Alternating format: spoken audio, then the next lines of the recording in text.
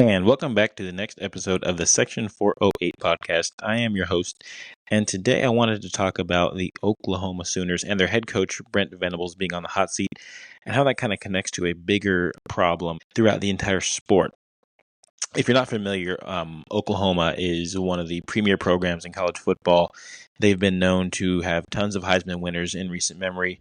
And also, me growing up as a Nebraska fan, they shared the same conference. So I was very familiar with Oklahoma. And they were always the dominant team in that conference. And I had to respect them. Usually, as a fan, I hate teams that win at a high level, but I never felt that way about Oklahoma. I always respected them. But the problem they've had over the last few seasons after Lincoln Riley's left with Coach Venables is he's been 22-17 overall, which, if you know anything about Oklahoma, that is not going to cut it. He had a 10-win season in 2023, but he's had 2 losing seasons in 3 years, and he went 6-7 last year. And if we're being honest, they were on pace to miss a bowl game until they upset Alabama late in the season. So when we look at their 2024 campaign, they had a really subpar offense, especially for their standards. Their offense was 97th in the country, and their defense was the one that kind of kept them in a lot of the games. They had an excellent defense. But coming into this year, they bring in quarterback John Mateer from Washington State, along with his coordinator, Ben Arbuckle, to try and fix an offense to get it back to what that Oklahoma standard is. They're also bringing back a lot of great players on the defensive line. But the problem is, when we look at their schedule, it is one of the toughest in Oklahoma history, if not college football history. They open up with Illinois State, but then they play Michigan at home, and then Temple. They play Auburn at home, and then Kent State, and this is the gauntlet right here. They play against Texas in the Red River Shootout. Then they face South Carolina on the road, and then against Ole Miss, and then on the road at Tennessee, on the road at Alabama, versus Missouri, who I believe beat them last year, who was a pretty competent team themselves, and then at home against LSU. That is a gauntlet. If I count off the top of my head, there's 7 ranked teams on the schedule, not to mention if Auburn can get ranked, which there's a really good chance that they are.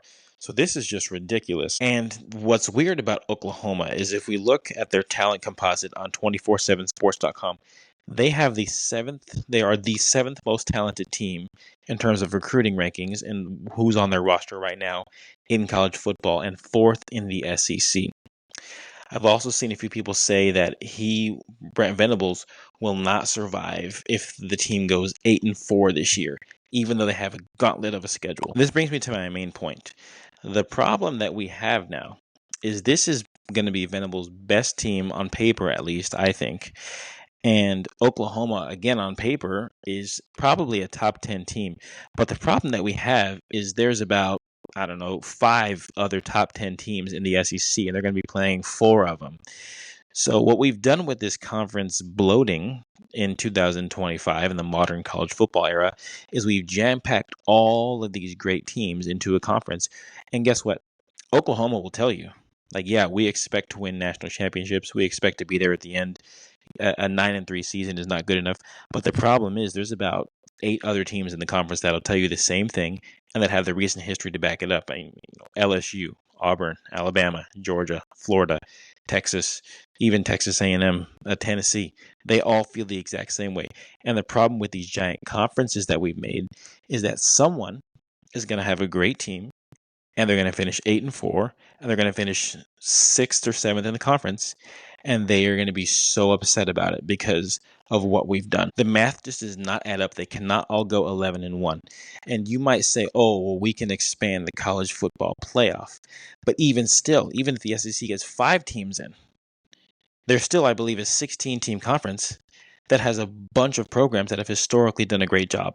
So even if you're Auburn or Oklahoma in this case, and you have a great team, you still might miss out. In the past, the traditional powerhouse could win 10 or 12 games almost every year because conference depth was balanced.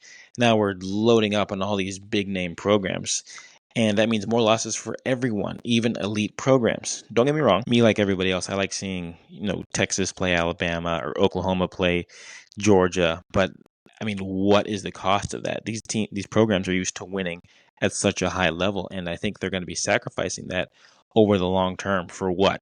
TV ratings? I think the new standard for Oklahoma is going to have to be, 2 out of every 3 years we want to go 8-4, and then maybe that third year challenge for the SEC. I think that's kind of the new model. Unfortunately, because of this, college football is now going to have less unique powerhouse programs. There's really only going to be a couple that are competing for the conference each year, even though, like I said, on paper, a lot of them should be able to.